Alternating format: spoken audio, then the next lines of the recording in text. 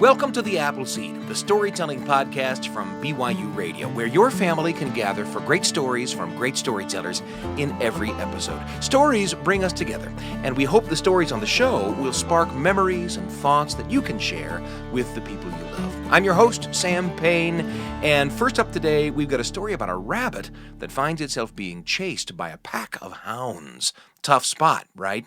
Who can the rabbit turn to for help? It'll surprise you. Here's Debs Newbold with a story called The Hare and the Farmyard, recorded live in the Appleseed studio.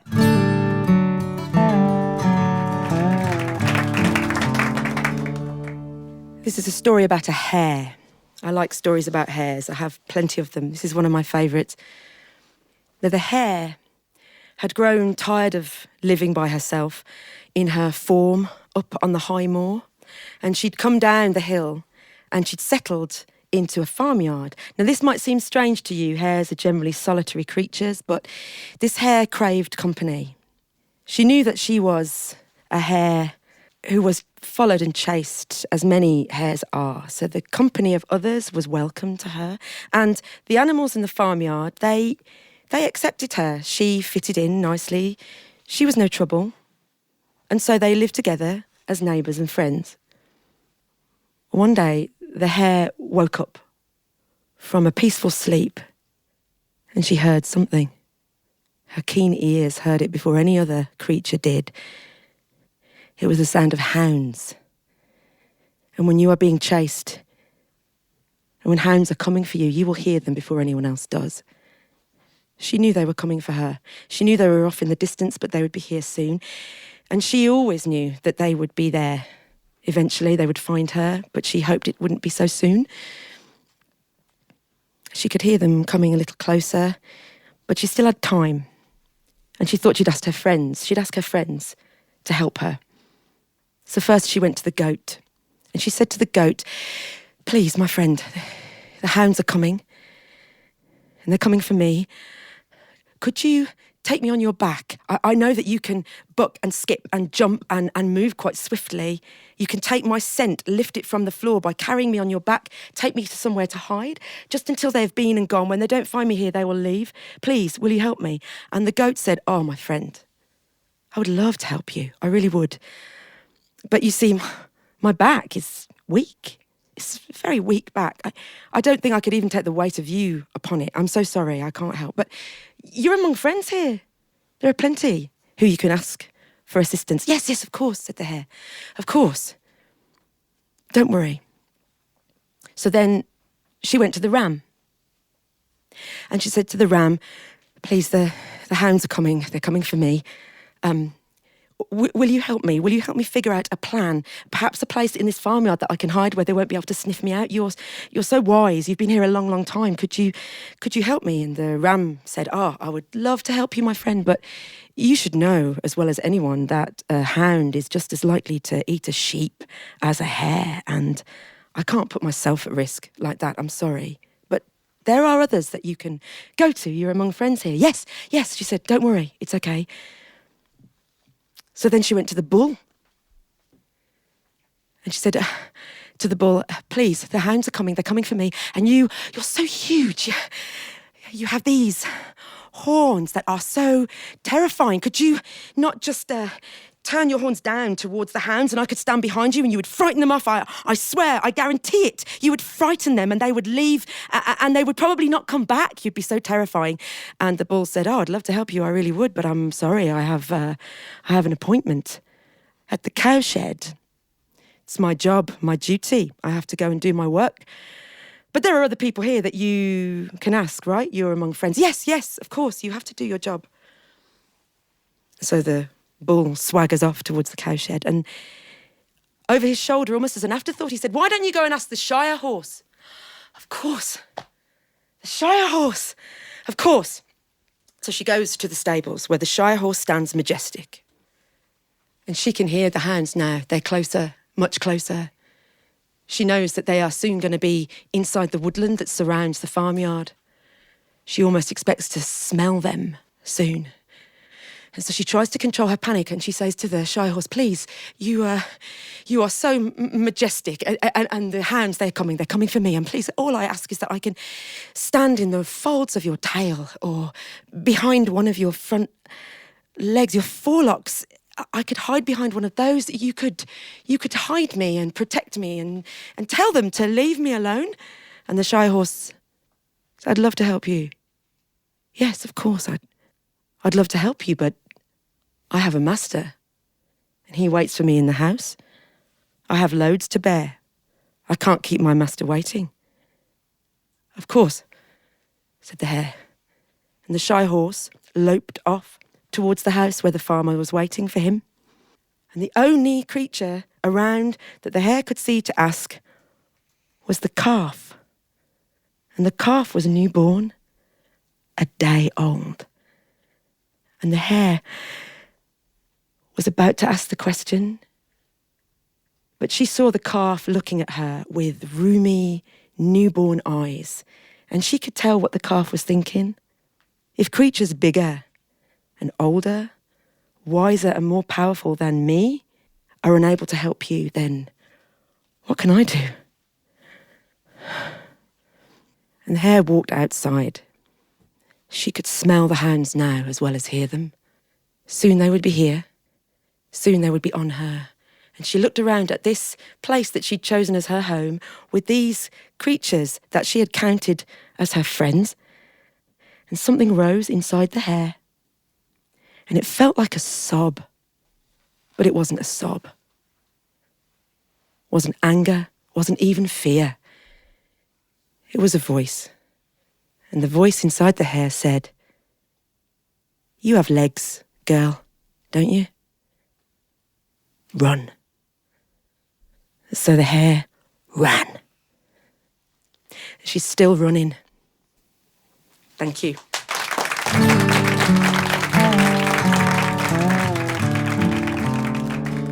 That was Debs Newbold and her story, The Hare and the Farmyard. I don't know where a story like that might take you, but it takes me to the part of my life when I loved to watch the Super Friends on Saturday morning cartoons. Superman, Wonder Woman, Batman and Robin, Aquaman, the Wonder Twins, Zan and Jaina, and their pet space monkey. And it seemed like anywhere in the whole world, when something big or difficult or scary was happening, the Super Friends would leave the Hall of Justice and rush to wherever help was needed. And that wasn't a whole lot different than my actual life when I was a kid. Not that anyone in my life had superpowers, but when something was big or hard or scary, when there was help to be looked for, that help would often come. Sometimes it would come from my folks, sometimes from teachers or other important people in my life. There was always help, always someone to come and scoop me up and get me to safety, someone who would come along and fix stuff. Well, fast forward a couple of decades. Some of the marks of being a grown-up begin appearing in my life. I get my own car. I get my own library card. Eventually, I get my own place to live, and I graduate from college, and I get married, and I start to have a family of my own, kids and everything. And it was probably because of the way things were when I was a kid that, as a grown-up, when something big or hard or scary happened, I had the impulse to look around for someone who might help, someone who would come along and fix stuff. For a moment, I might have wondered who was going to swoop in and scoop me up and get me to safety, but then I would see the faces of my kids, and guess who they were looking at? They were looking at me. I was the grown-up, the guy to fix stuff. Like Debs Newbold's rabbit in the farmyard, I learned, like everyone else does, that sometimes when things get tough, it's your own arms and legs and brains that are the ones that come in handy when it comes to helping yourself, helping your family. That the super friend best equipped to save the day might be you. And that's where Deb's story took me. Where did it take you? And who will you take along?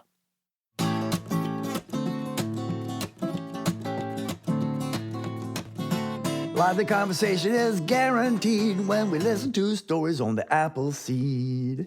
I want to introduce you to another show from the BYUradio family of podcasts. It's called The Lisa Show, and it's hosted by comedian, believer, actor, actress, single mother, Lisa Valentine Clark. The Lisa Show delves into the multitude of challenges and relationships that shape our lives, whether it's parenting, mental health questions, social issues. She and her council of moms will tackle it. She'll help you figure out this thing called life with a lot of laughs along the way. Lisa is a great person to hang around with. The Lisa Show, listen wherever you get your podcasts. You can find it on Apple Podcasts, Spotify, YouTube, all kinds of places to listen to The Lisa Show whenever you like. The Lisa Show from BYU Radio.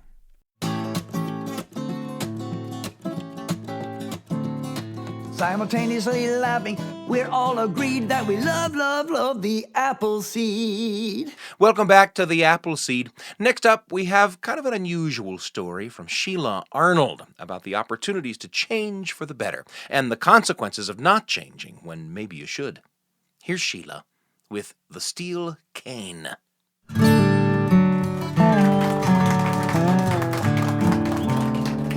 This is an Armenian folktale, and I found it in the book called The Olive Fairy Book, edited and compiled by Andrew Lang, and you can find it online, and you can read it as well. The woman lived on a good parcel of land. She had her own home. She had orchards, and she had grain that was grown, a good-sized vegetable garden, and she had a nice stream that went by her. She had cows, and she had horses. She was a kind woman. She gave to the villagers, and although the villagers often thought how lucky she was, she gave well, and she didn't put herself above anybody. But she also didn't marry. As she got older, she became lonely. She really wished that she had someone to pass down what she had, too. Well, unfortunately, and maybe fortunately, there was a farmer and a wife in a small house, and their house burned to the ground. And they burned with it. But their child lived. He was a boy. He was about 12 years old. And the woman immediately opened her arms and her house and thought, yes, come live with me. And so the boy came to live with her. And it wasn't long before she realized this was a horrible idea. He was not the most easygoing kid you've ever seen. He was rather obstinate, stubborn-willed, difficult, didn't listen, didn't show up when he was supposed to, and he was a terror. But she loved him anyhow. She loved and she loved and she poured that love out as much as she could all the time. He did not change. He grew up, he began to hang around with a group of boys that were just as obstinate, just as stubborn-willed, just as difficult, and he became a man. And not only was he obstinate, stubborn-willed, and difficult, he was lazy. He didn't even go get a job. Stayed at home with his mom until he began to start dating. And so then he met a woman. The mother was finally happy because she knew that marriage would calm him down. New word on the street, if you hadn't heard. Marriage does not do that to people. And so he was still obstinate, stubborn-willed, difficult, and lazy in his mother's house with a wife who had to go to work in order to help out. And he didn't change. And then she had a baby. They had a baby. And he was no kinder to the baby until he became abusive and harmful to both his wife and his child. Oh, the mother had it one day. Had it. And so one day when he came in yelling and screaming at the top of his lungs after he had come back home after carousing with his friends, roaming around and doing things with his obstinate friends, she reached over into the corner and she picked up a steel cane that had just been sitting there. Just a cane that someone walks with, but a steel cane. She picked it up and she knocked him over the head with it. And he turned into a donkey. And she said, now, you will be beat, and you will be put hard to work, and people will be difficult with you. You will see what it feels like. And not knowing what to do, well, the door was open, and out he went. And there he stood in front of the house, not knowing what to do, because he was a donkey now. And so a man walked by and said, well, whose donkey are you? No one seems to own you. And so he took the donkey and he left with it. And indeed, that donkey was put to work. He was beat daily. He was worked hard. He could not be lazy at all. And that stubborn streak, well, the master of the donkey was just as stubborn. But after 7 years, he turned back into himself. And then there was a knock, knock, knock, knock on the door. And the wife, still with the mother, and opened the door, saw her husband, and slammed the door shut. What should we do? And the mother said, this is his home. He has to come back. Because the mother had said, when he left, the mother had said to herself, I hope he changes. I hope he changes. But he may not. So the door was opened, and he came in.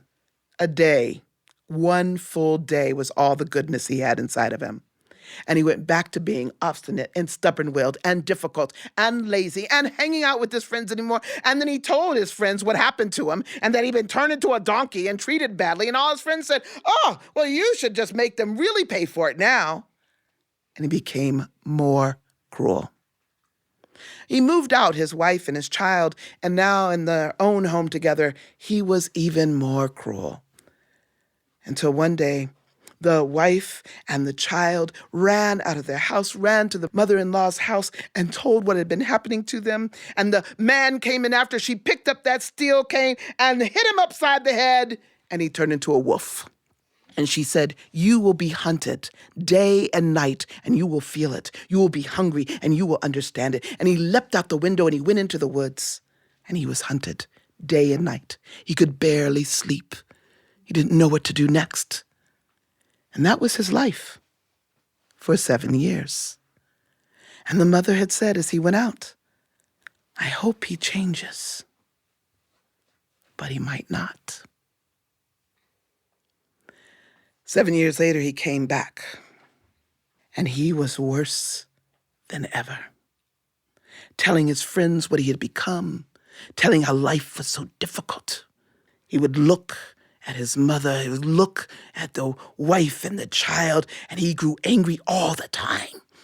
Angry, angry, angry, angry, until one day he exploded and he came for his mother with his hands out as if he would choke her or smack her, and she leaned back and she picked up that steel cane and hit him again, and she said, this will be your last. And he turned into a crow.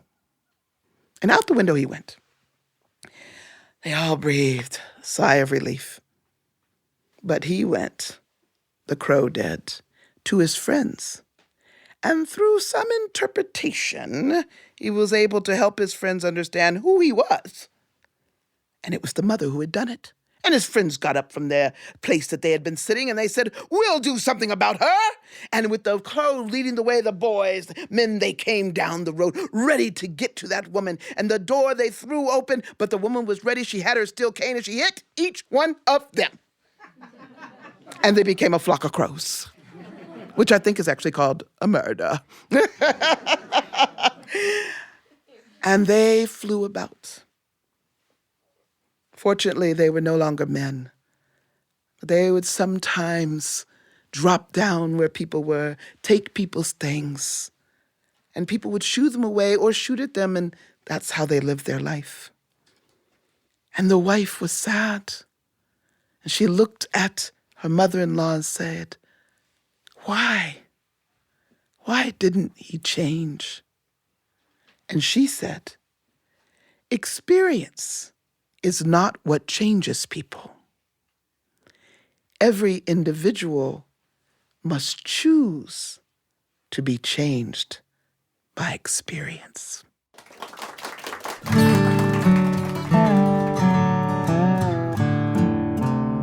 That was Sheila Arnold with a story called The Steel Cane. And this story really got us thinking about choices and responsibility. And we decided to reach out to Sheila to ask her what the story means to her. I think I think that actually is the message, is what the wife and the mom feel, is that they have given him opportunities to change. They've given him ways that he can change, but he chooses not to.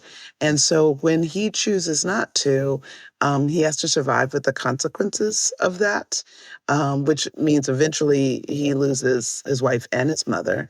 And then even his friends who encouraged him lose their own natural lives as men and all of them become crows at the end. Sometimes the lesson is to help people as much as you can, but in the end, when they choose not to, you have to choose to go ahead and have life yourself. It's a truthful fairy tale. It's not like a lot of fairy tales that kind of drift into, and then they changed and everything was good and they lived happily ever after.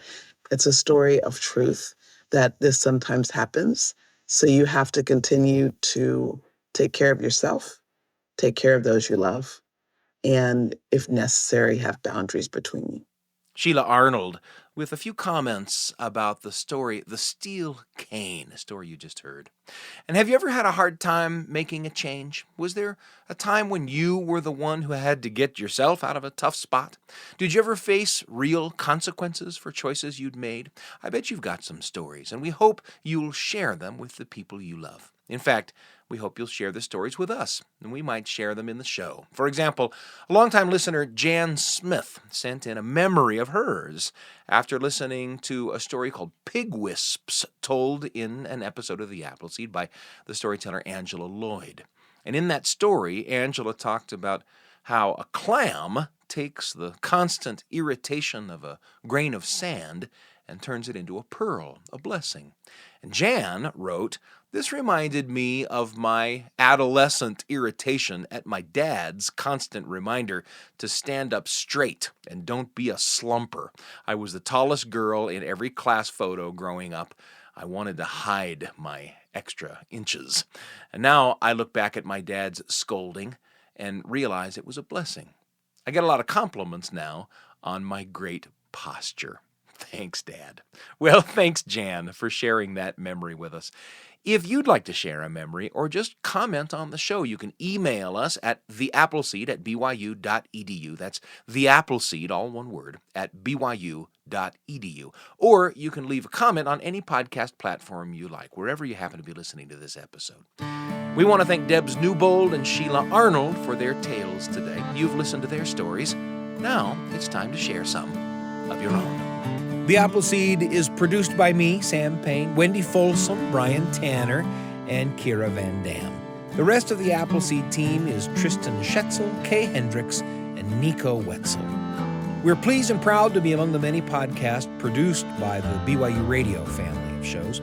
If you want more great storytelling for the whole family, then search for our companion podcast, Kaboom, where you'll hear original audio adventures for the whole family. You can find any episode of The Appleseed or Kaboom on YouTube, Spotify, Apple Podcasts, on the BYU Radio app, or at byuradio.org. Don't forget to subscribe, rate us, and leave a review. That's how shows grow. I'm Sam Payne, and we can't wait to be with you again